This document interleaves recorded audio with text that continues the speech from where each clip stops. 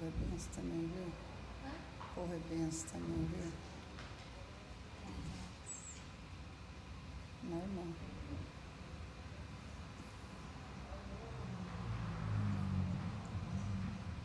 Você tem uma revistinha sobrando? Pior que não, ficou lá em casa.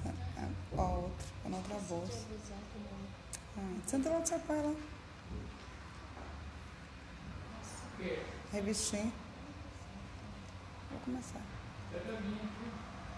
Vou começar, mas assim, depois você assiste. Paz do Senhor, meus amados que estão aqui. Amém? A graça e a paz aos amados que estão nos assistindo, que vão nos assistir. Com alegria que estamos aqui nessa noite novamente para mais um estudo, mais uma aula com a graça de Deus, amém?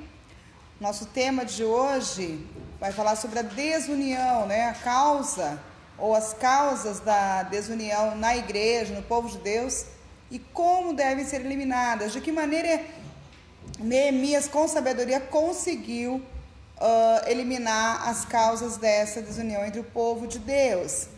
Antes de mais nada, os amados que saibam, tem meu canal no YouTube, entra lá, Cláudia Domaratsky Salomão, é só procurar lá, amém? Entra lá no YouTube, se inscreve, deixa um like lá nos vídeos, as outras lições já estão lá na página, tá no meu canal. Quanto mais like tiver, quanto mais pessoas inscritas, mais opções, mais condições o YouTube dá pra gente para melhorar os estudos. Lembrando sempre, amados, que quando você se inscreve em canais de estudo bíblico, compartilham as mensagens, é para o reino de Deus, é para a honra e glória do Senhor, é para que o evangelho do Senhor seja plantado e que mais vidas sejam alcançadas através dessa palavra. Então entra lá no canal já, dá seu joinha e se inscreve lá. Amém? Obrigada, Vi. Depois, a semana que vem vai ter a Viva, que vai estar comentando a aula. Vai ser um pouco diferente, essas nossas lições são bastante extensas.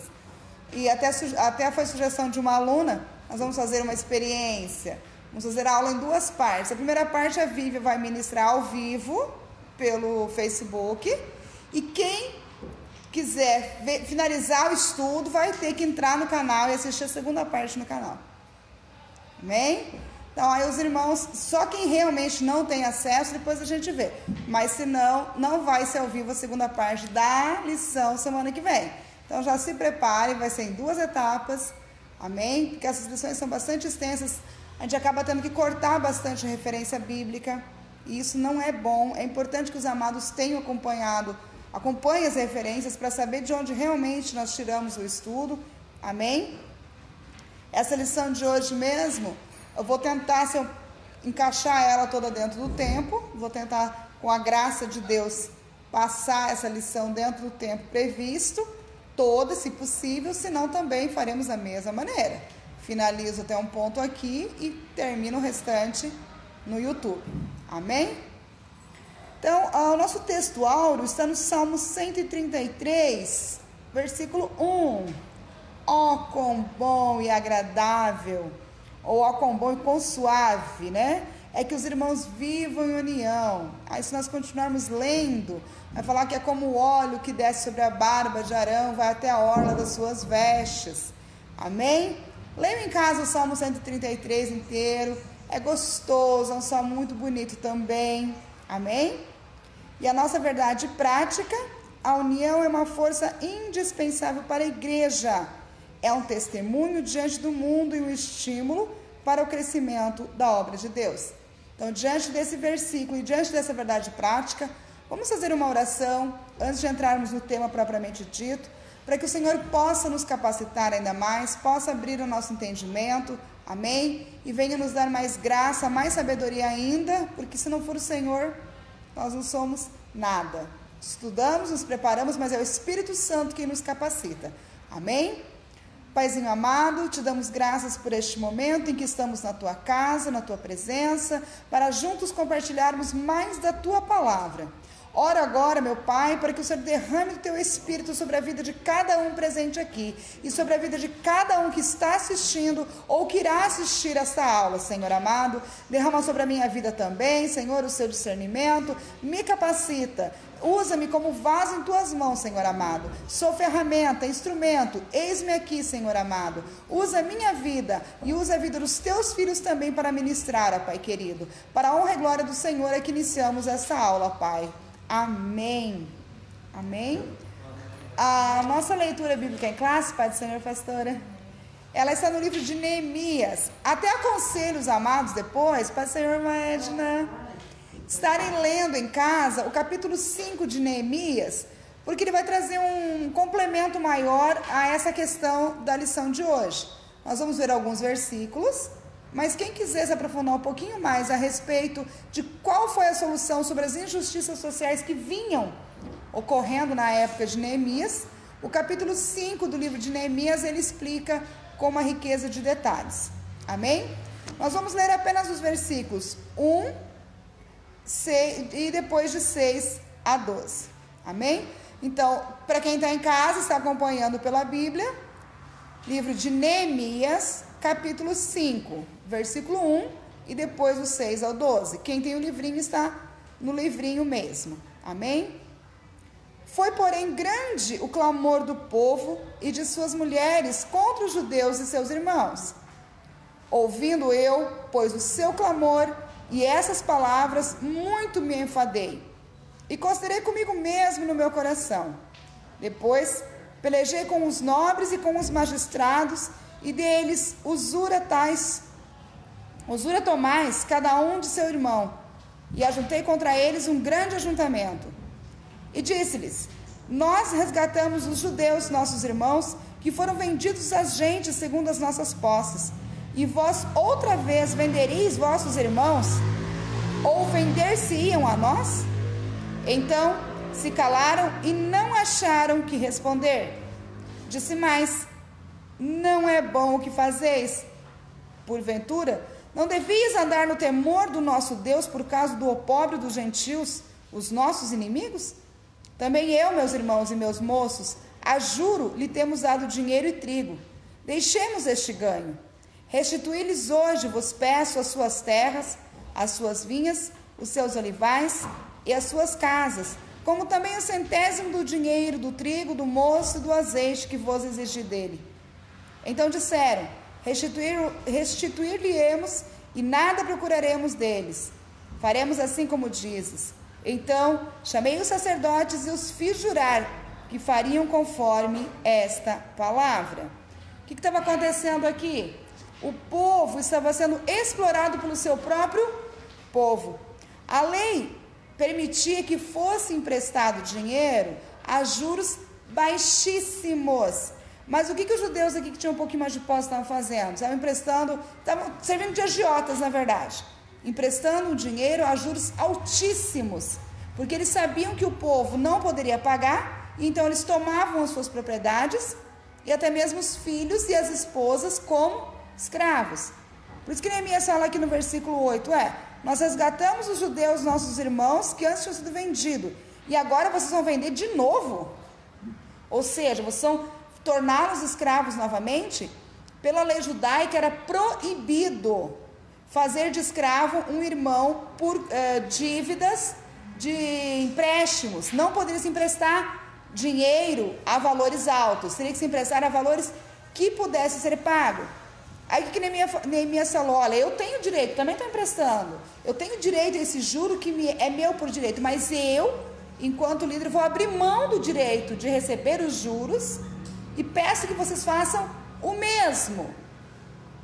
Por que Neemias fez isso? Com que autoridade? Nós vamos ver durante a lição depois qual é o perfil de um líder, qual é o caráter de um líder como Neemias, que permitiu que ele tivesse essa autoridade. Amém? Tanto que a lição fala aqui que se calaram e não tiveram o que responder. Tal foi a certeza que Neemias deu, ou a forma como Neemias falou, não tinha nem o que questionar.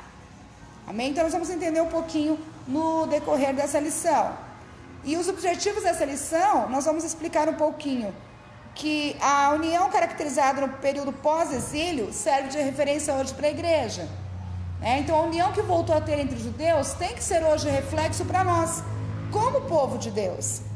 Também vai expor um pouco a justiça social que ameaçava a união dos judeus nos tempos de Neemias. Hoje não é diferente, infelizmente. Ainda existe injustiça social, ainda existe ameaça, porque ainda existem pessoas que têm um maior poder aquisitivo e que se valem disso para usufruir dos menos favorecidos. E o terceiro ponto, mostrar quais foram as medidas adotadas por Neemias para manter o povo unido em um só propósito. Bom, o povo babilônico tinha acabado de vir do exílio, os judeus, e eles pensavam que iam chegar e iam encontrar uma terra onde manava leite e mel. Só que não foi bem isso que eles encontraram.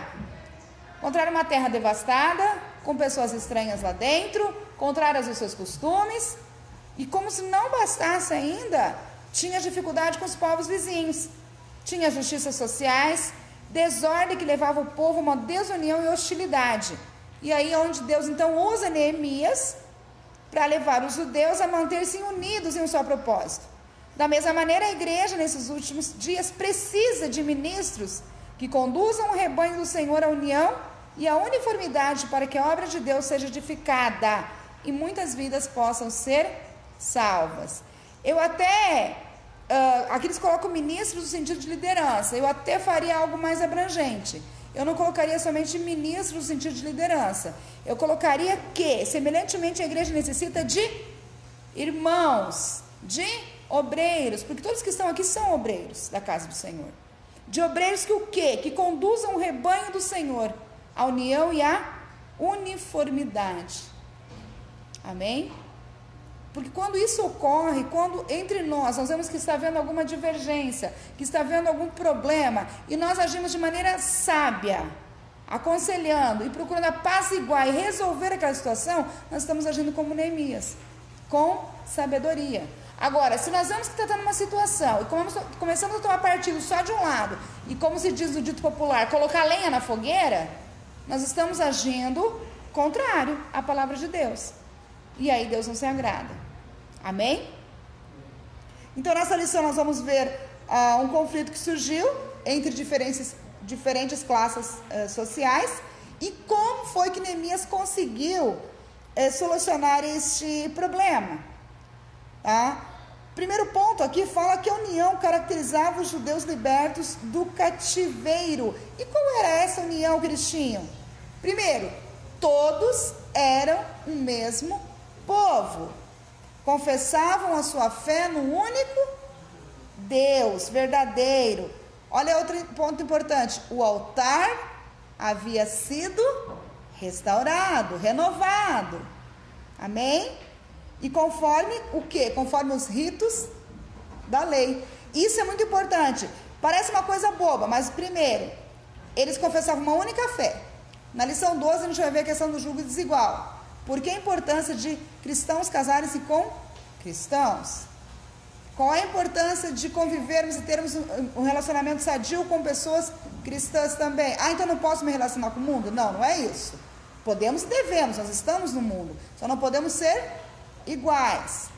Por quê? O altar havia sido renovado, o templo levantado e o culto restaurado. O altar hoje, qual é? É o nosso coração. Será que o nosso coração está renovado? O templo foi levantado? Estamos indo à casa do Senhor adorar mesmo? Temos tirado um tempo em casa para adorar o Senhor? E quando estamos e temos colocado a nossa vida realmente como adoração verdadeira? Esses pontos são importantes. Depois ele fala que todos haviam experimentado o despertamento que se havia iniciado pelo rei Ciro. Todos haviam cooperado ativamente para a restauração da cidade de Jerusalém. Então havia uma unidade, todos estavam unidos em um mesmo propósito.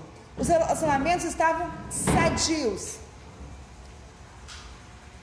E isso é parte fundamental para que haja um crescimento saudável no meio do povo de Deus.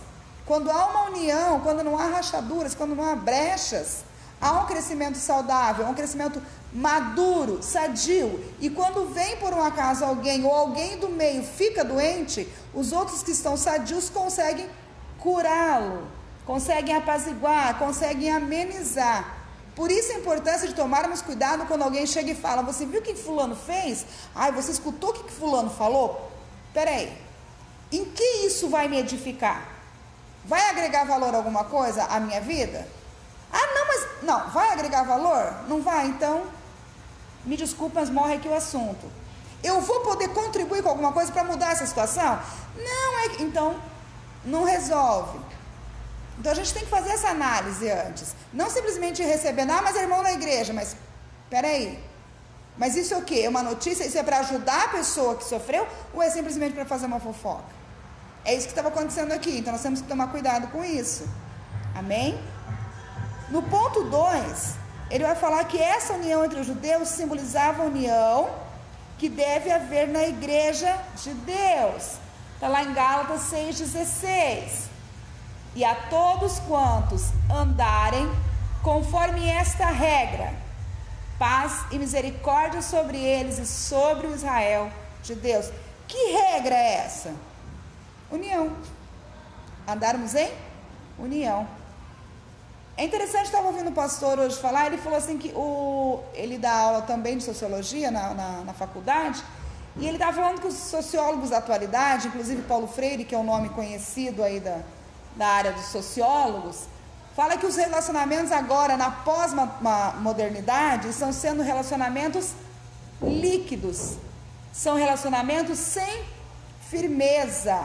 Não existe mais um relacionamento baseado na confiança e na amizade duradoura. Ele falou que hoje o que eles têm visto, e olha só, são pessoas do mundo, a grande maioria desses sociólogos não são cristãos, consideram-se ateus, são influenciadores, formadores de pensamento, formadores de opinião, e têm esse pensamento, porque eles estão vendo como o mundo tem se comportado. Nós cristãos temos que mostrar que é diferente. Nós temos que mostrar que nós cristãos ainda temos relacionamentos sólidos, baseados na confiança, baseados na verdade e na amizade duradoura, porque o nosso relacionamento primeiro começa com Jesus Cristo. Se a nossa base da amizade, nossa base da confiança, o nosso relacionamento começa em Cristo, o nosso relacionamento com os irmãos da igreja também vai ser sólido, vai ser confiável. Só que infelizmente temos visto alguns que se dizem cristãos que têm tido esse relacionamento líquido, que só se aproximam de outros por interesse. E isso tem manchado o evangelho. Então nós temos que fazer a diferença. Como igreja de Cristo temos que nos posicionar. Estamos no mundo, mas não somos do mundo. Convivemos com as pessoas do mundo, mas não nos sentamos na roda dos escarnecedores. Antes, o nosso prazer está em meditar na lei do Senhor, porque é nela que encontramos resposta, é nela que aprendemos a ter sabedoria, é nela que aprendemos a ter calma, sobriedade. Igual às vezes a gente escuta assim: nossa, mas você tem sangue de barata. Não é que nós temos sangue de barata, nós temos o sangue de Cristo que corre nas nossas veias. Amém? E o sangue de Cristo é um sangue que acalma o temperamento, acalma as tempestades. E não era o que estava acontecendo aqui no período dos judeus, mas graças a Deus Neemias tinha o sangue de Cristo, e soube então abrir mão do seu direito para mostrar que ele, enquanto líder, dava o seu exemplo para que os demais seguissem o que tinha que ser feito. E um detalhe importante que a gente vai ver no decorrer da lição, que ele não fez isso sem orar. Sem orar, ele não tomou decisão nenhuma. E foi o que o pastor pregou ontem. Nós temos que orar antes de fazer qualquer coisa, antes de tomar qualquer decisão. Porque se nós orarmos, pedirmos a direção, pode ter certeza que tudo vai sair conforme os projetos do Senhor. E aí tudo corre bem. Amém?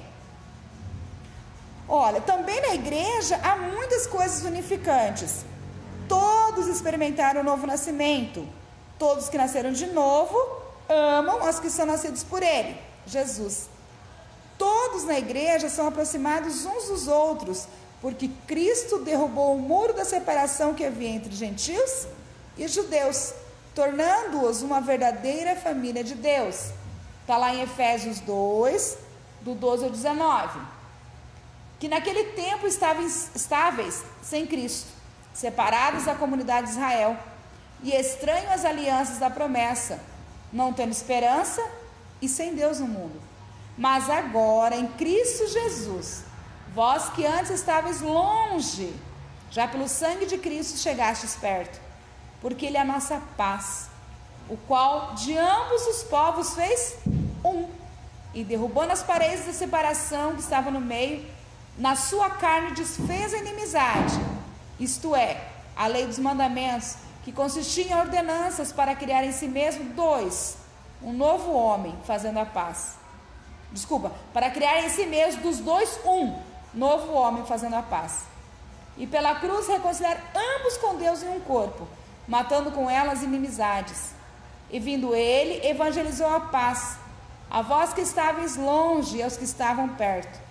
Porque por ele, ambos temos acesso ao Pai, em um mesmo Espírito. Assim que já não sois mais estrangeiros, nem forasteiros, mas concidadãos dos santos e da família de Deus. Amém? Ele está falando aqui que antes nós estávamos longe, e quando nós vimos o povo de Deus sendo abençoado, nos sentimos rejeitados, menosprezados, deixados de lado, e muitas vezes até mesmo por conta da cor da pele, por conta da religião que praticava antes, éramos vistos com maus olhos.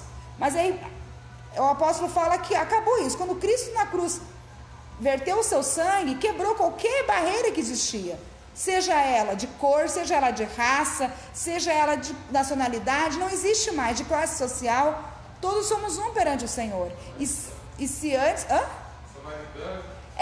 não tem mais, acabou samaritanos e judeus, não existe mais essa rixa, acabou. Perante os olhos do Senhor, a partir do momento que recebemos Jesus como Senhor e Salvador de nossas vidas, passamos a ser um no corpo de Cristo. Amém? E é isso que o Senhor estava falando aqui. Esse é um dos benefícios da união em Cristo Jesus. Essa união não se baseia em nacionalidade, nível social ou cultural, mas todos são um em Cristo Jesus. Está lá em Gálatas 3:28. Nisso não há judeu, nem grego, não há servo, nem livre, nem macho, nem fêmea, porque todos vós sois um em Cristo Jesus.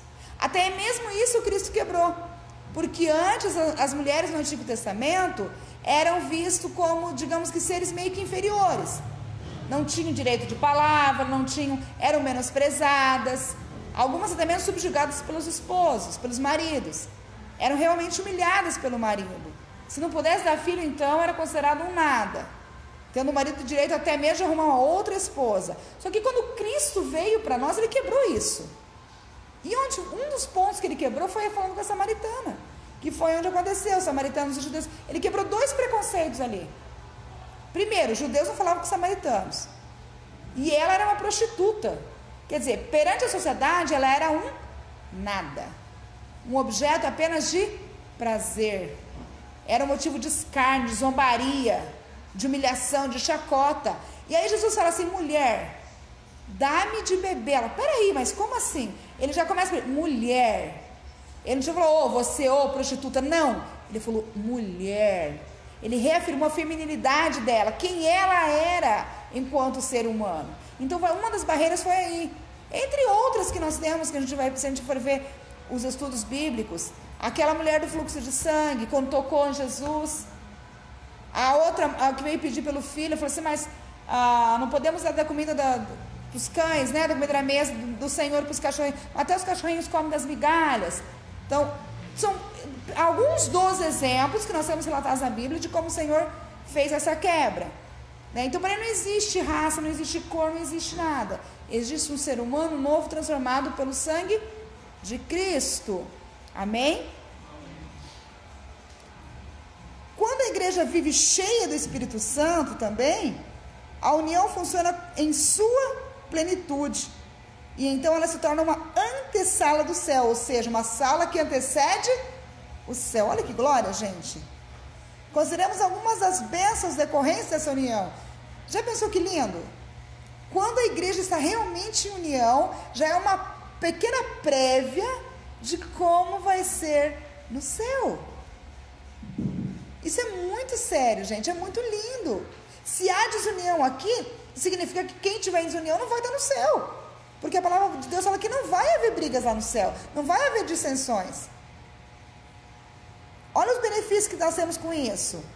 Os crentes sentem apoio espiritual para a sua vida. Muitos crentes vivem cercados de pessoas que são contrárias à sua fé. São alvos de críticas, de isolamento, no trabalho, na escola, na família.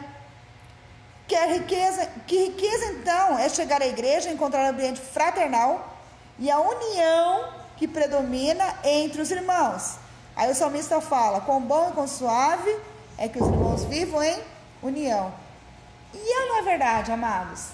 Tem dias que a gente passa aquele dia assim que você fala: meu Deus do céu, hoje o dia foi barra. Você vem para a igreja igual aqueles doninhos que arrasam o chinelinho, slap, slap, slap, você não está aguentando. Aí quando você chega aqui, que você recebe, agora não pode abraçar, né? Mas você recebe o carinho, a acolhida, não dá um ânimo, você não sai daqui transformado, renovado, não sei, mas eu saio assim. De ter dias que eu chego aqui, eu fico assim, ó. Até o pastor fala: você está bem, irmã Cláudia? Eu tô.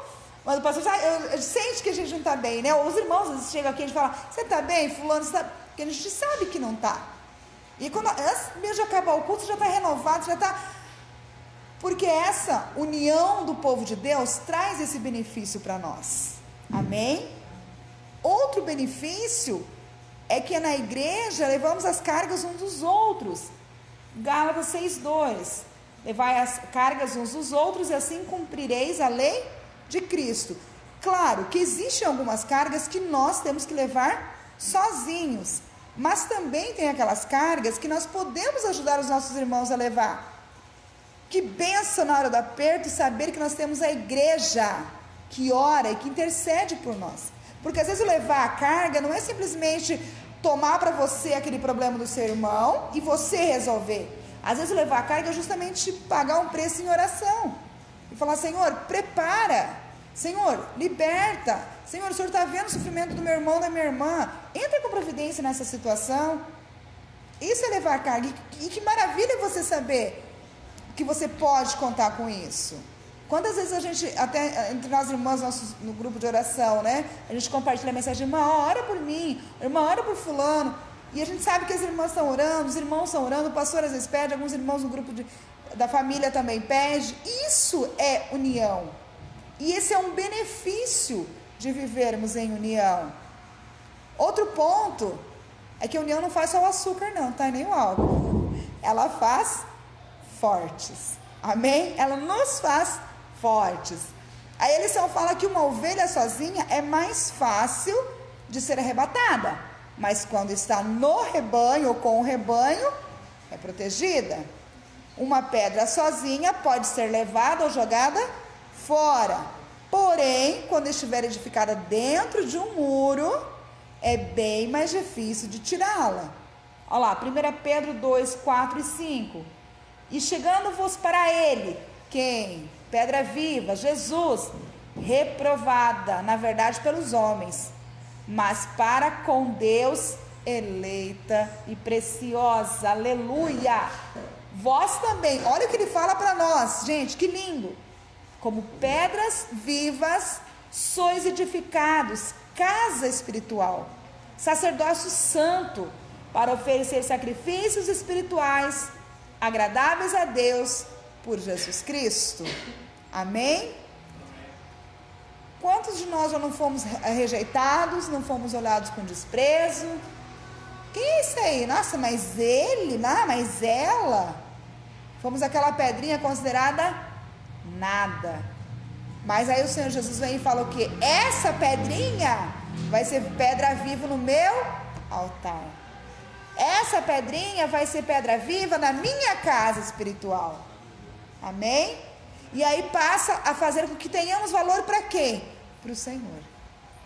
Então, mesmo que aos olhos do mundo não sejamos nada, mas se estivermos no centro da vontade de Deus, saibam que vocês têm mais valor do que a pedra mais preciosa ou mais rara que possa existir. Amém? Outro ponto Uma igreja que vive em união tem um testemunho maravilhoso. Jesus disse que através dessa união, o mundo conheceria que ele foi enviado por Deus.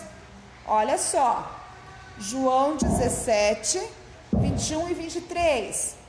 Para que todos sejam um, como tu, ó Pai, o és em mim e eu em ti. Que também eles sejam um em nós, para que o mundo creia que tu me enviastes. Eu neles e tu em mim, para que eles sejam perfeitos em unidade. E para que o mundo conheça que tu me enviastes a mim e que eu tens amado a eles como tens amado a mim. Infelizmente, nós temos visto nesses últimos dias, nas reportagens, testemunhos, digamos assim, pesados e tristes em relação a pessoas que se diziam cristãs, denegrindo a imagem do Evangelho, denegrindo a palavra de Deus. Mas saiba que nós temos a igreja remanescente. Nós temos aquela igreja que permanece, que assim como Elias não se deixou corromper. Temos aquela igreja que muitas vezes é vista como uma igrejinha de bairro, aquele povo que muitas vezes é visto como um povo barulhento, mas que tem buscado fazer a vontade de Deus, que tem buscado estar no centro da palavra de Deus. E quando eu falo isso, é para os amados que estão em casa assistindo também. Às vezes vocês também têm sentido ser rejeitados no lugar onde vocês estão, têm sentido que não são nada, mas as pessoas, quando passam próximo a vocês, se sentem diferentes e querem saber o porquê disso. É porque a união que existe entre o povo de Deus é que faz a diferença. O fogo do Espírito Santo que arde dentro de uma igreja que é unida é que faz a diferença. Aleluia. Pela união o mundo conhecerá também os verdadeiros discípulos de Jesus. Nisto vos conhecerão que sois meus discípulos, se vos amardes uns aos outros. João 13, 35. Temos que amar uns aos outros como Cristo amou a igreja. Ah, mas eu não posso amar o irmãozinho lá, ele é corintiano, eu sou palmeirense. Problema seu, Jesus mandou amar. E aí, você vai obedecer o quê? O teu time ou a Jesus Cristo? Isso aconteceu com Pedro e Paulo, né? Aconteceu. Então, e eram 2 discípulos de Cristo, não é?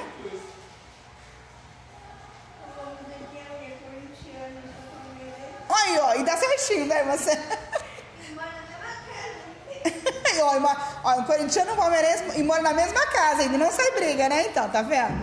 É isso aí, tem que se amar mesmo. Quando a gente fala desse amor, a gente fala do termo koinonia, tá? Significa ter tudo em comum, koinós, é sociedade, é companheirismo. É um companheirismo, uma sociedade que é desfrutada pelos demais. É esse tipo de amor. É um amor ágape. É aquele amor incondicional que você se doa para o seu irmão sem esperar nada em troca. Gente, isso é automático. Quando você começa a seguir Jesus Cristo, não tem como. O Espírito Santo começa a te incomodar e você não consegue ficar sem se colocar à disposição da obra de Deus. É impossível, não tem. Quem tem encontro com Deus tem a vida transformada. E é este amor que Cristo fala. É quando você faz sem você saber quem é a pessoa, mas porque o Espírito Santo tocou a sua vida e você sentiu. Ou então porque um líder pediu, olha, tem uma família precisando de uma ajuda. Ah, eu tenho isso, eu posso doar, não quero nem saber quem é, mas eu tenho, eu posso contribuir. Olha, tem um fulano que está precisando de uma oração, não sei quem é, mas eu vou orar porque esse é meu dever. Isso é amor. Porque às vezes a gente acha que amor é só aquela coisa estrondosa que você tem que comprar roupas caras, ou então, não, é na simplicidade, é nos pequenos detalhes. Tem até um livro que eu terminei de ler, que no final até eu comentei com a Meire, depois a gente vai ver vamos orar e ver se Deus direciona. É muito lindo a sugestão que o casal de pastores trazem, o testemunho da vida deles como missionários, justamente para mostrar esse amor e despertar essa corrente do bem na igreja. São coisas simplicíssimas, só que todas feitas à base de oração. Lógico, seria uma semana para um casal, para uma pessoa, pequenos gestinhos. Mas isso é uma coisa para uma outra uma outra aula, e se Deus realmente confirmar, a gente vai estar sentando, conversando e vendo. Mas é gostoso porque, assim, pelo testemunho que eles dão, contagiou de tal maneira a igreja na África do Sul, que foi um contágio, assim, muito positivo. E os frutos desse amor, os frutos dessa união entre o povo, foi resultando em vidas que antes sequer queriam entrar na igreja. Não é pregar o evangelho simplesmente. Aliás, vamos pregar sim, mas de maneira diferente. Com pequenas ações, pequenas atitudes direcionadas pelo Espírito Santo. Mas isso aí é para uma outra aula, não é para agora. Amém? Ponto 2. Aqui que entra Neemias. A unção entre os judeus estava ameaçada. Opa, pulei um ponto aqui, né? Pulei ponto 3, desculpa, gente, falha nossa. O ruim de ser ao vivo é isso, né? Você não pode nem retificar o que você fez de erro, né? Mas amém. Essa união é uma verdadeira força, tá? O ponto 3.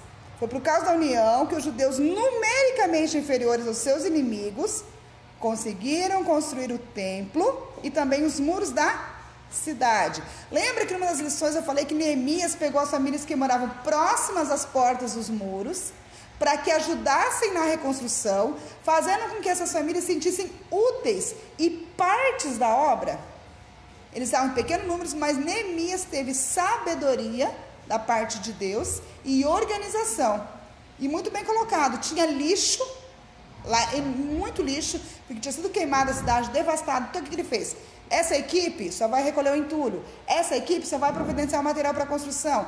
Essa equipe só assenta o tijolo. Essa equipe só o reboco. Ordem. E nessa ordem todos trabalharam em equipe, em pouco tempo, em menor número, e tudo foi feito. Amém? A união é o segredo da vitória da igreja. Olha que lindo. A união é o segredo da vitória da igreja. O óleo desce da cabeça do sumo sacerdote Jesus Cristo. E os crentes vivem em união. Está lá no Salmo 133, 1 e 2. Né? Ó, quão bom e quão suave é que os irmãos vivam em união. É como óleo precioso sobre a cabeça, que desce sobre a barba de Arão, e que desce a orla de suas vestes. Amém? Jesus disse: dei-lhes a glória que a mim me destes, para que seja um. João 17, 22. Sejamos, pois, um, assim como o Pai, o Filho e o Espírito Santo são um. 1 João 5, 7. Olha que interessante. Assim como o Pai, o Filho e o Espírito Santo, significa que são 3 pessoas da mesma intensidade de poder e autoridade, diferenciadas de formas diferentes. Então é a Trindade, 1 em 3, tá? O autor Eclesiastes dizia: o cordão de 3 dobras não se quebra tão depressa. Eclesiastes 4:12. Uma vez eu vi uma ilustração a respeito disso que eu achei interessante. Um pastor levou um graveto na igreja, gravetinho, esse de galinho, e quebrou. Aí ele pegou 2 gravetos, ficou um pouquinho mais difícil. Quando ele colocou 3, ele teve que forçar um pouquinho para quebrar. Ele falou: tá vendo como que é o cordão de 3 dobras? Uma pessoa sozinha, você desfaz, o inimigo tem mais facilidade. 2, já é mais difícil. 3 ou mais, aí depois ele pegou um fechinho, não quebra, não vai. E assim somos nós quando estamos em Cristo Jesus, porque somos um cordão de 3 dobras, e aí não arrebenta, não quebra. Amém? Agora sim, o ponto 2, que a união entre os judeus estava ameaçada. E qual era essa ameaça? Tratava-se de uma grande injustiça social. Financeiramente, a vida dos que voltaram da Babilônia era bem difícil. Muitos eram obrigados a tomar dinheiro emprestado, não só para o seu sustento, mas também para pagar os impostos do governo. Olha só, apesar dos judeus estarem unidos, muitas famílias estavam em grande dificuldade financeira. E isso que gerou, então, a injustiça social. As famílias que tinham mais dinheiro, seduzidas pelo lucro fácil, começaram a emprestar para as famílias que tinham menos dinheiro, mas com juros abusivos. Está lá em Neemias capítulo 5, versículos de 1 a 5. Depois vocês leem em casa. E Levíticos 25, 36 fala que a lei do amor deveria ser exercida, ainda mais que a própria lei de Moisés proibia a exploração entre irmãos. Então, primeira coisa que tinha que pensar: meu irmão está precisando? Tá. O que eu posso fazer por ele? Isso. Ele vai poder me pagar além disso? Não. Então, a hora que ele puder me pagar o que eu emprestei, está bem, e não quero juros. Mas não era isso que estava acontecendo. Os judeus que tinham dinheiro começaram a emprestar e cobrar juros altíssimos daqueles que não tinham, tá? Tomavam emprestado seus irmãos a juros altos, até mesmo com usura. Quando os mais pobres não conseguiam pagar os empréstimos tomados dos irmãos mais ricos, os mais ricos, eles executavam as dívidas, tomando as casas, terras e até mesmo filhos e filhas dos devedores. Neemias 5, de 1 a 5 vai falar isso. Olha lá. Foi, porém, grande o clamor do povo e de suas mulheres contra os judeus, seus irmãos. Veja bem, não era o povo estrangeiro, não eram os samaritanos, eram os próprios judeus que tinham dinheiro. Porque havia quem dizia: nós, nossos filhos, nossas filhas, somos muitos, então tomemos trigo para que comamos e vivamos. Também havia quem dizia: as nossas terras, nossas vinhas, nossas casas empenhamos para tomarmos trigo nessa fome. Também havia quem dizia: tomamos emprestado dinheiro até para o tributo do rei sobre as nossas terras e as nossas vinhas. Agora, pois, a nossa carne é como a carne dos nossos irmãos, e os nossos filhos como seus filhos. E eis que sujeitamos nossos filhos e nossas filhas para serem servos. E até algumas de nossas filhas são sujeitas, já que não estão no poder das nossas mãos. E outros têm as nossas terras e as nossas vinhas.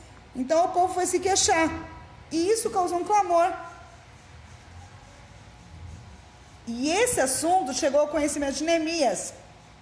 E a Bíblia fala que ele ficou muito indignado. Aqui está escrito enfadado. É indignado, tá? Aí o que ele fez? Ele foi primeiro orar. Ele foi analisar o que estava acontecendo. E como explica essa grande justiça? Em primeiro lugar, era uma expressão de falta de amor dos mais ricos para com os mais pobres. Dessa forma, os mais ricos pecavam contra os seus irmãos mais pobres, não lhe dando o devido valor. A Bíblia diz que cada um deve considerar os outros superiores a si mesmo. Filipenses 2:3. Nada façais por contenda ou por vanglória, mas por humildade. Cada um considere o outro superior a si mesmo. O que vai acontecer quando considerarmos o outro superior a nós mesmos? Se ele fará o mesmo conosco, ficaremos todos equiparados. Não vai haver um melhor, um menor, um superior, um inferior. Diante do reino de Deus seremos todos iguais. Ah, então na igreja todo mundo é igual? Perante os olhos de Deus, sim. O que acontece? Existem aqueles a quem Deus chamou para exercer autoridade sobre o seu povo. São os nossos pastores, são as nossas lideranças, aos quais nós devemos respeito e obrigação, ao qual nós devemos informar as situações que vêm ocorrendo e sermos auxiliadores nessa questão. Não agirmos como muitos irmãos às vezes agem, tentando tirar proveito da situação e muitas vezes expondo a liderança. Isso é errado, isso é pecado. Perante Deus isso é como se fosse pecado de rebelião. Porque se nós estamos debaixo de uma autoridade, se nós temos uma liderança sobre as nossas vidas, e está acontecendo alguma coisa por trás que vai contra os princípios cristãos, qual é o nosso papel enquanto cristão? Podemos chegar primeiro na pessoa que está acontecendo e conversar? Podemos. Não queremos, achamos que é uma coisa muito séria, que tem que ser levada à liderança? Devemos. Ou devemos sair por aí falando? Não. Eu vi uma expressão essa semana que eu achei interessante, semana que passou. e diz que nós somos os pneus do cais. Sabe aqueles pneus que ficam em volta do cais quando o barco vai estacionar? Vai estacionar, né? Vai parar? Será que vai estacionar? Enfim, né? Ele vai parar. E é um apoio, e bate, e o pneu permanece ali, não permanece? O barco não sofre dano nenhum. Os pastores estavam comentando isso, ele falou assim que, na verdade, os obreiros muitas vezes são esses pneus. Recebe o baque e permanece firme. Que baque que é esse? É o baque de muitas vezes você ouvir coisas que você não gostaria, e você tem que chegar até o teu líder e falar: está acontecendo isso, exatamente da maneira como você ouviu, sem pôr nem tirar, e morrer ali. Muitas vezes a vontade de você sair e pegar a pessoa, não, acabou. Você ouviu, você ficou chateada, você fez o que você tinha que fazer e foi fazer o quê? Orar, só, para que o Senhor então dê direção e sabedoria à nossa liderança para tomar a decisão que tem que ser tomada. Amém? Em momento algum sair abrindo a boca e espalhando, porque ai daquele, é mister que venham os escândalos, mas ai daquele através de quem eles vêm. Então nós como obreiros, nós como servos de Deus, nós temos a obrigação de interceder pelos nossos pastores, orar pela nossa liderança e jamais criticá-los, a não ser que essa crítica seja construtiva e diretamente para a nossa liderança. Ó, meu líder, minha líder, eu acho que isso que você fez não foi legal. O que você acha se você fizer dessa maneira? Porque ao meu ver parece que não ficou muito legal. Dá para sentir que as pessoas não ficaram desconfortáveis. Aí o líder ou a liderança vai diante da presença do Senhor decidir o que tem que ser feito. Não ficar pelos cantinhos. Ai, mas pastor não devia ter feito isso. Ai, mas a líder das irmãs, imagina essa postura da... Gente, isso aí é fofoca. Isso não pode acontecer dentro do povo de Deus. De um povo que prega a palavra, de um povo que se diz cristão, não pode existir isso.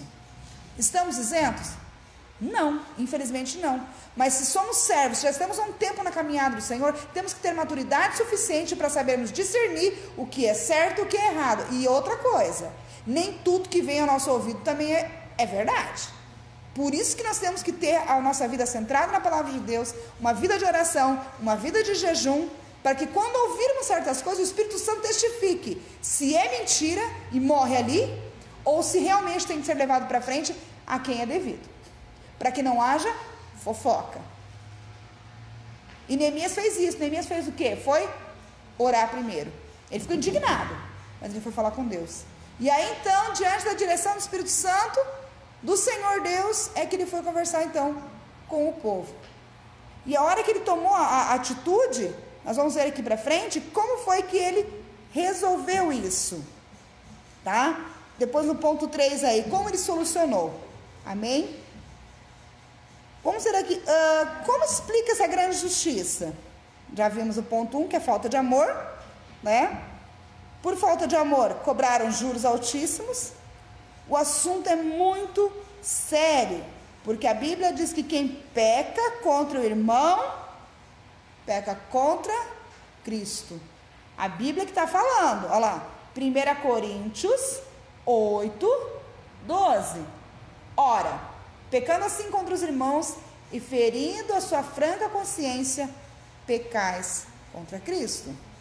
Então, toda vez que nós tentamos tirar proveito de um irmão que está em uma situação difícil, nós estamos pecando contra Cristo. Isso é sério, é grave. Outro ponto que houve a injustiça é que a atitude dos ricos era uma expressão de dureza contra os seus irmãos. Eles queriam ficar ainda mais ricos à custa da miséria dos seus irmãos mais pobres. Não lhe importava o choro dos seus irmãos. A opressão faz endoidecer o sábio. Olha lá, Eclesiastes 7:7. Verdadeiramente que a opressão faria endoidecer até o sábio, e o suborno corrompe o coração. Amém?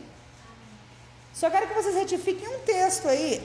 Aqui em cima está: por falta de amor, os ricos chegaram a cobrar juros com usura, coisa proibida na lei. Não é Levíticos 22:36, é Levíticos 25:36, tá?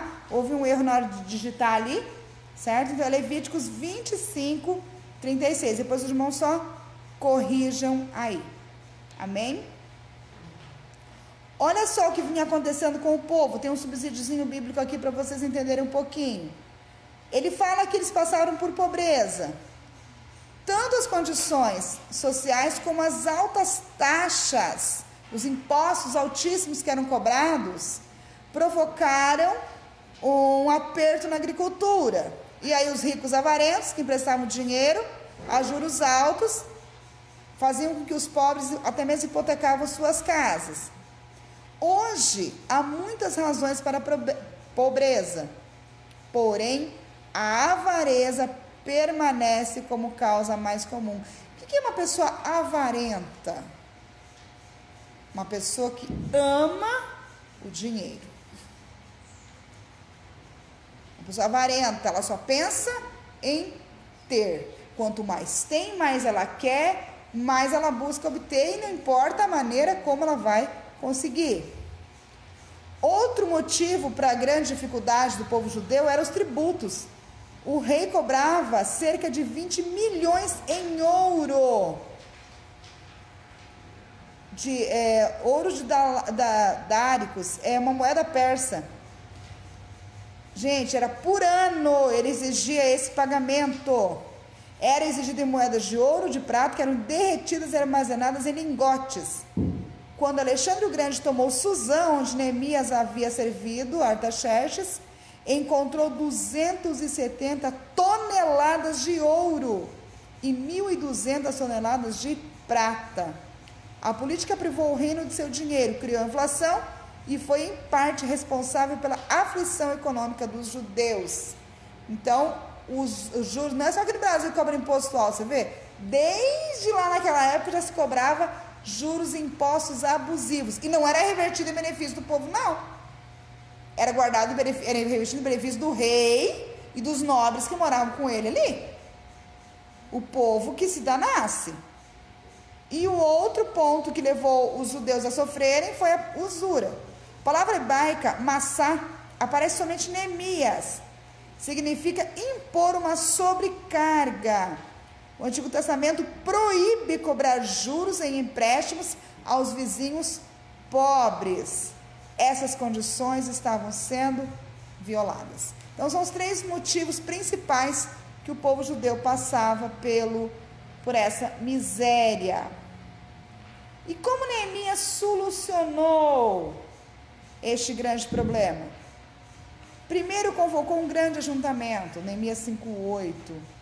Neemias foi um governador segundo o coração de Deus. Por quê? Porque ele foi temente a Deus, tá? Tá lá em Neemias 5:15. Honesto, Neemias 5, 7, 8 e 10.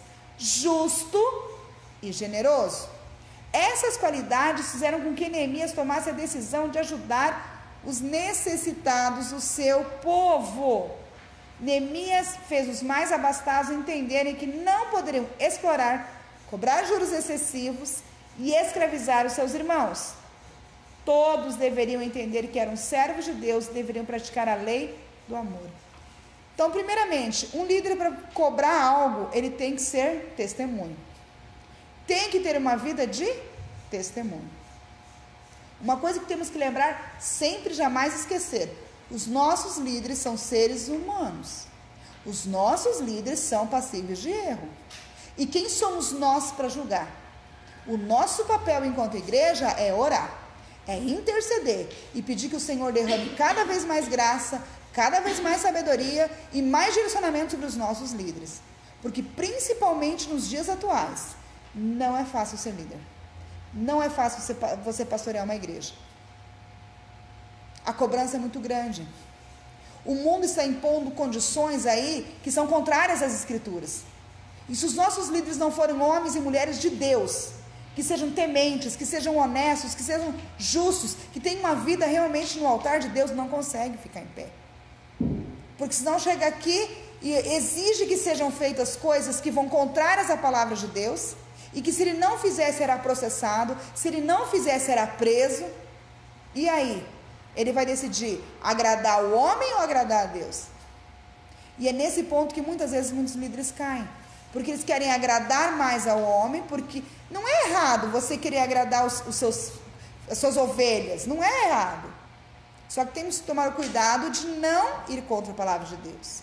E alguns líderes na ânsia ou na inocência, às vezes na imaturidade, às vezes alguns, né, até na maldade, acabam querendo agradar a homens e desagradam a Deus.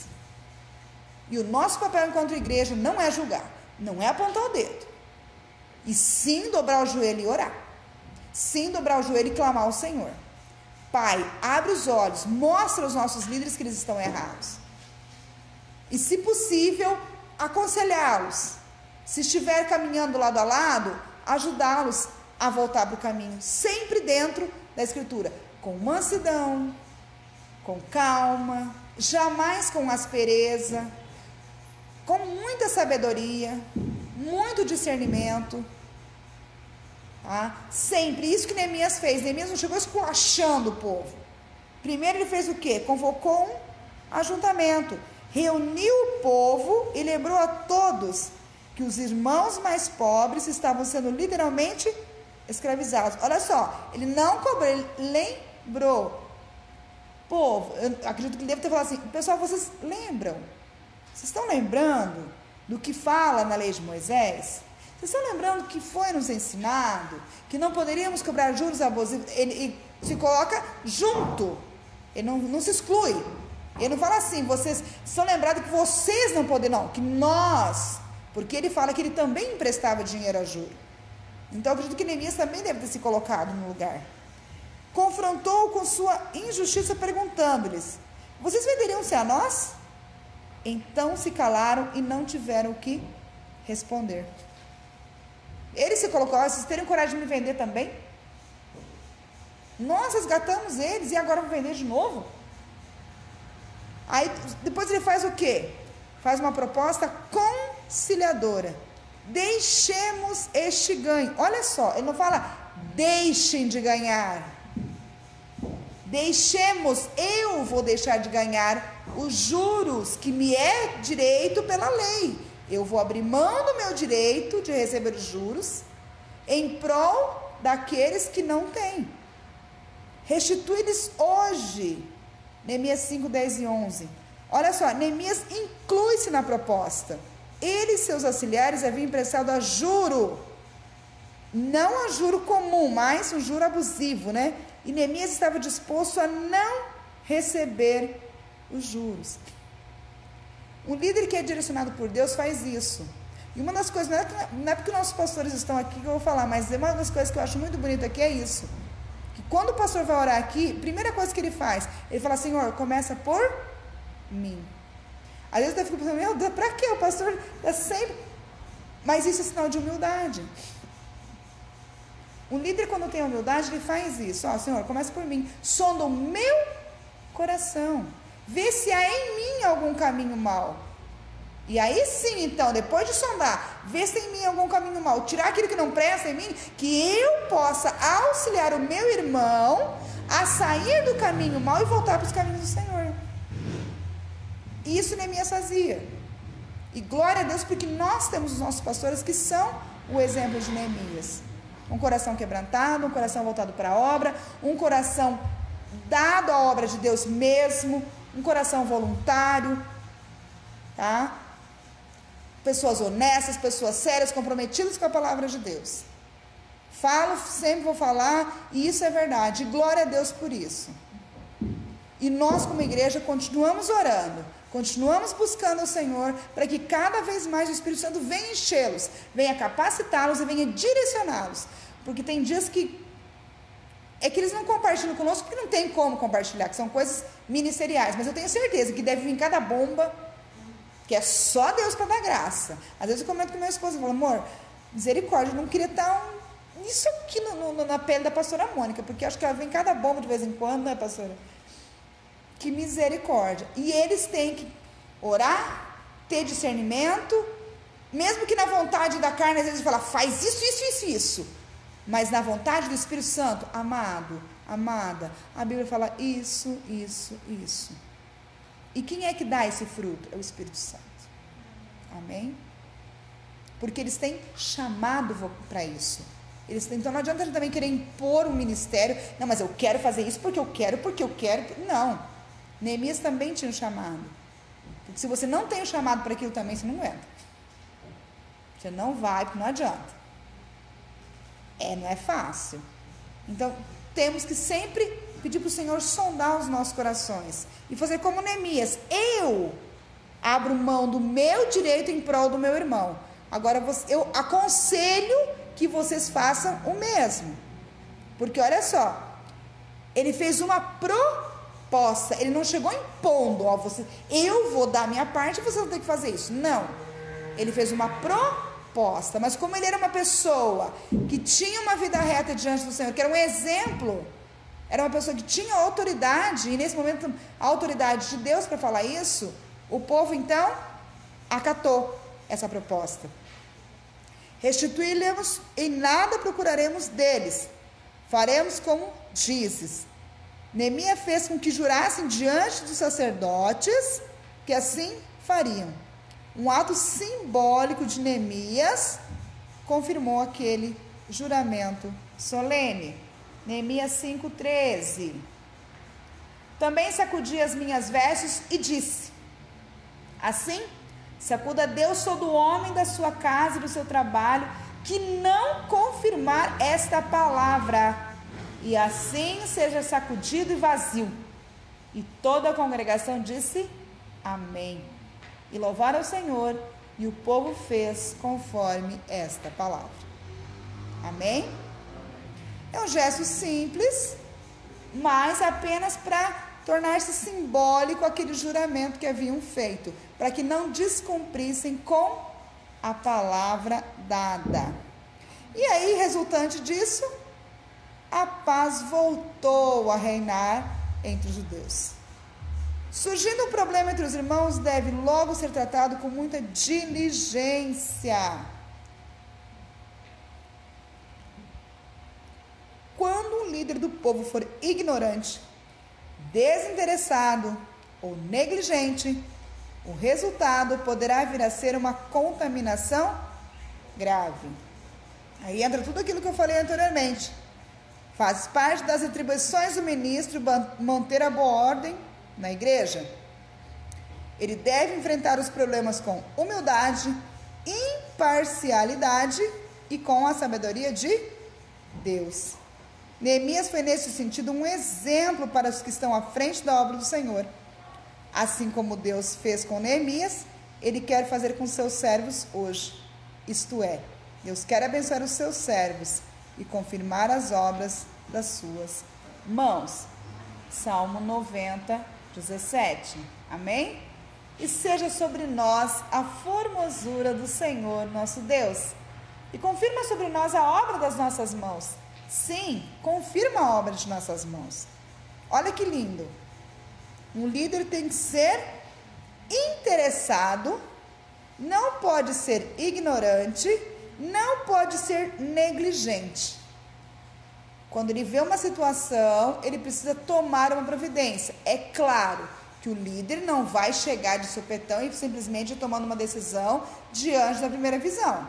Vai fazer igual a Neemias. Espera aí. O que está acontecendo?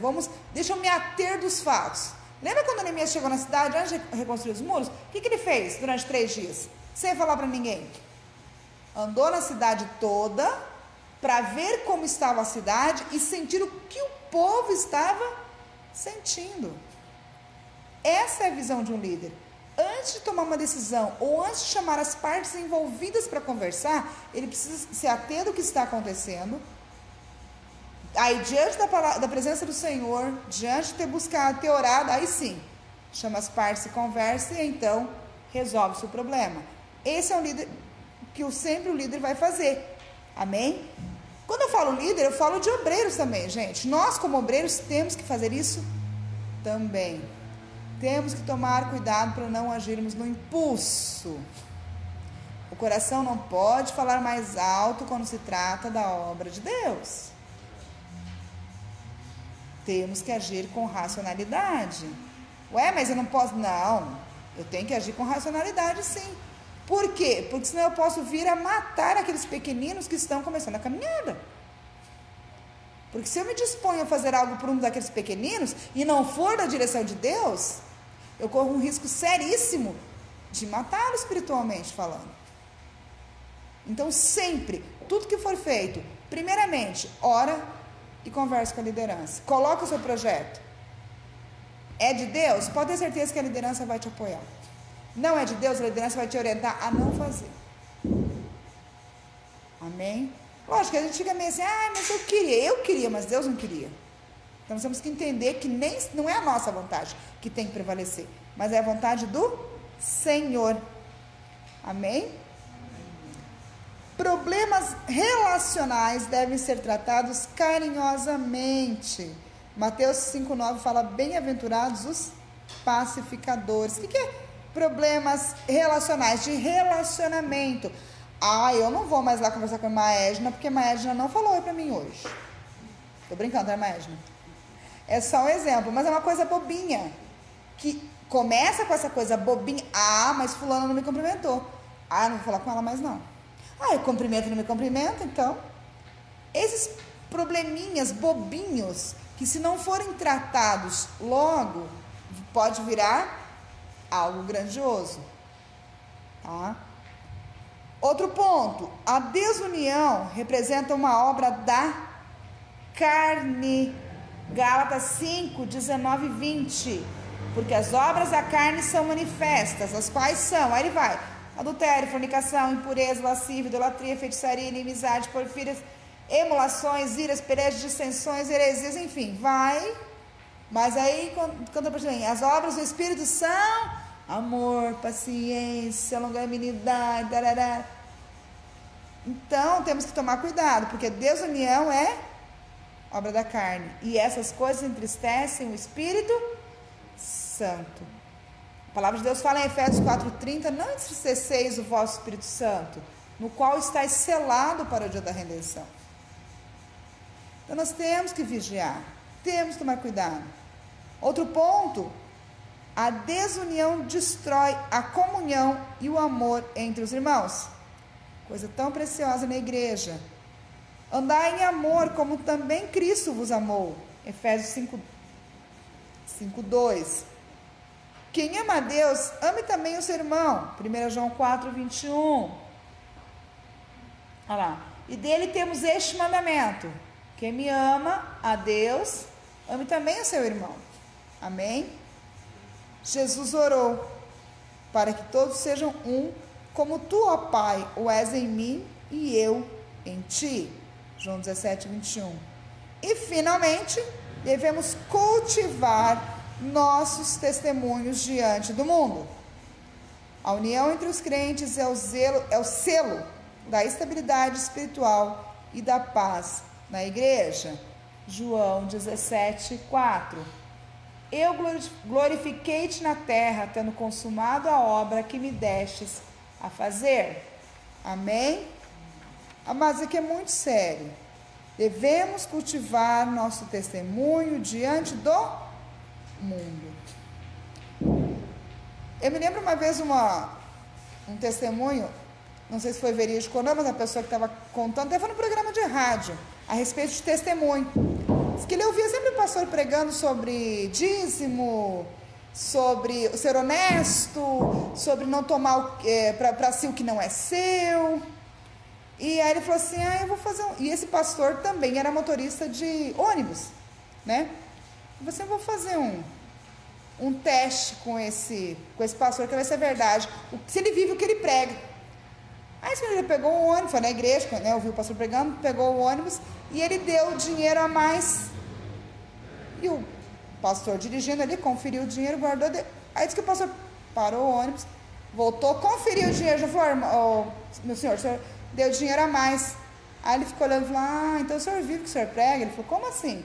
Porque eu estive na sua igreja e vi o senhor pregando sobre honestidade, não tomar o que é seu. Eu falei, não, eu vivo o que eu prego, sim. Se não é meu, eu devolvo. Não fico para mim. E às vezes os cristãos aqui dentro da igreja, abraça a irmãozinha, tá na rua, às vezes está com um colega que não é cristão, vê o irmão do outro lado, bate a cabeça e nem olha. Aí chega, irmão, desculpa, não te vi. Isso é falsidade. Cadê o testemunho? Ou então, eu sou meio cara de pau nesse ponto. Se eu vejo o cumprimento de longe, Pai do Senhor. Aí às vezes algumas pessoas assim, Pai do Senhor, aquele pastor amarelado, né? Tipo, não espalha não que eu sou cristão, né? Lá na minha firma mesmo, não vou falar a pessoa, mas eu cheguei e falei, rapaz, senhor não. Aí ele deu aquela risadinha, estava perguntando a pessoa, deu aquela risadinha, não respondeu. Aí eu cheguei, meu irmão, paz do Senhor. Aí ele, paz do Senhor, eu falei bem baixinho, né? Aí eu fico olhando para ele, pô, esse cara tem vergonha de dar paz do Senhor para o irmão, mas e se Deus, quando Deus voltar, será que Deus vai ter vergonha de levar ele também? Então, isso é verdade, né, Ezequiel? Porque aqui ele pode ter vergonha, mas na hora que Deus voltar. Então. Por que você não deu a paz do Senhor para o outro irmão lá? Por que você abaixou a cabeça, está risadinho e não respondeu? Então. Quer dizer, dentro da igreja é fácil ser cristão, né? Não, aqui é fácil, te abraço, te beijo. Ô, irmão daqui, irmão dali, agora lá fora, eu quero ver lá fora. Que no é. meio do mundo. Lá fora eu quero ver. Lá é o agora, diferencial. A pessoa está com uma pessoa um pouco maior que ele, aí ele, tipo assim, ele, se você falar, ele acha que fica com vergonha. É a mesma coisa que joga no shopping. Ô, irmão! Disfarça de conta que não é com ele. Isso aí eu posso falar porque já aconteceu comigo já. Eu posso falar. Então, eu também já aconteceu comigo, por isso que eu brinco, falo que eu sou cara de pau, eu cumprimento mesmo. Mas eu já vi de longe. Rapaz, senhor, irmão, tudo bem? Como está? Beleza? Você vai na igreja amanhã? Mas é verdade, esse é o testemunho. Porque quando há esse testemunho, quando há união entre os cristãos, isso reflete na sociedade. Isso reflete no mundo lá fora. E as pessoas vão querer saber o que acontece para você estar sempre bem. Foi que o rapaz falou para mim, o que você tem? Por quê? Tá diferente, cara. Não é assim, cara. Aí você já chega e já entra na palavra. Você já entra na palavra. É isso mesmo, é a oportunidade para você estar ministrando. Exatamente. Você precisa dessa entrada. Isso. Aí deu a chance de entrar, você já entra na palavra. Aí você já entra na palavra e já vai dizer. A esposa dele falou assim, esse aí é um cara que tem que seguir, viu? Falou pro marido dele. Olha aí, ó. Já entendeu. Tá vendo? Porque mesmo diante dos testemunhos negativos que nós temos visto, o nosso diferencial enquanto cristão é visto como diferença mesmo, e positiva. Já ouvi vários comentários de pessoas falando, mas ela não era cristã não, fulano. Fulano não era cristã, por quê? E ainda está usando o nome da igreja, nem pessoas que são cristãs, fazendo um comparativo. Então, assim, quando a gente tem um testemunho genuíno, as pessoas, o mundo vê essa diferença. E quando ocorre alguma coisa que usa o nome dos cristãos, eles vão saber diferenciar quando é cristão genuíno e quando não é. Então nós precisamos ser como Neemias, pacificadores. Amém? Por mais que seja difícil, por mais que aconteçam, nós temos que ser pacificadores e não disseminadores de contenda. Ouviu aqui? Peraí, mas vai servir para alguma coisa? Não vai agregar nada? Morre aqui. Acabou aqui. É sério? É verdade? Está acontecendo mesmo? Opa, espera aí então. Vamos até quem pode resolver esse assunto e morre ali. Agora, você conversou uma vez, você conversou duas, já foi levado para a liderança, seus pastores já aconselharam, já orientaram, não quer? Bom, sua parte foi feita, agora a partir daqui é você com Deus. O nosso papel, então, é pacificar e não colocar pólvora no fogo, muito menos lenha na fogueira. O nosso papel é jogar água, é apagar. E ficar de olho que se começar alguma brasinha, a gente vai lá e acaba com a brasinha de vez. Amém? Essa lição não é assim muito gostosinha, ela é meio puxão de orelha, mas é pra gente. Porque as causas das desuniões têm que ser eliminadas no meio do povo de Deus. Amém? Amém. Que Deus abençoe grandemente a vida dos irmãos que estiveram aqui conosco, os que estão em casa, que vão assistir. Entre lá no YouTube, assistam o vídeo, compartilhem, deixem o like de vocês, se inscrevam lá no canal. E semana que vem estaremos aí com a Vívia. E o tema vai ser como vencer as oposições à obra de Deus. Amém? Deus abençoe.